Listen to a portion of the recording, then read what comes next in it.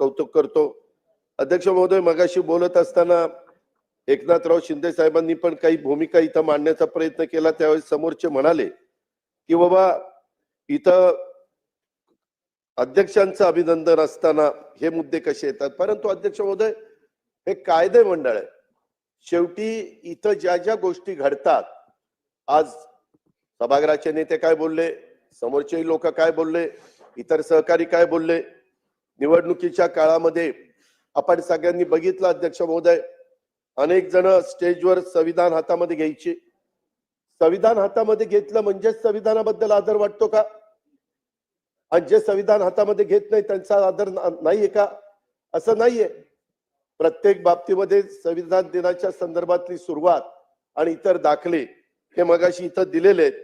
परंतु सर्वांना संविधानाच्या बद्दल तरतुदी त्यांनी एक तर त्याच्यामध्ये नुसतंच हातात घेतलं. मगाशी तर एकनाथराव म्हणले शिंदे साहेब की ते कोरच होत.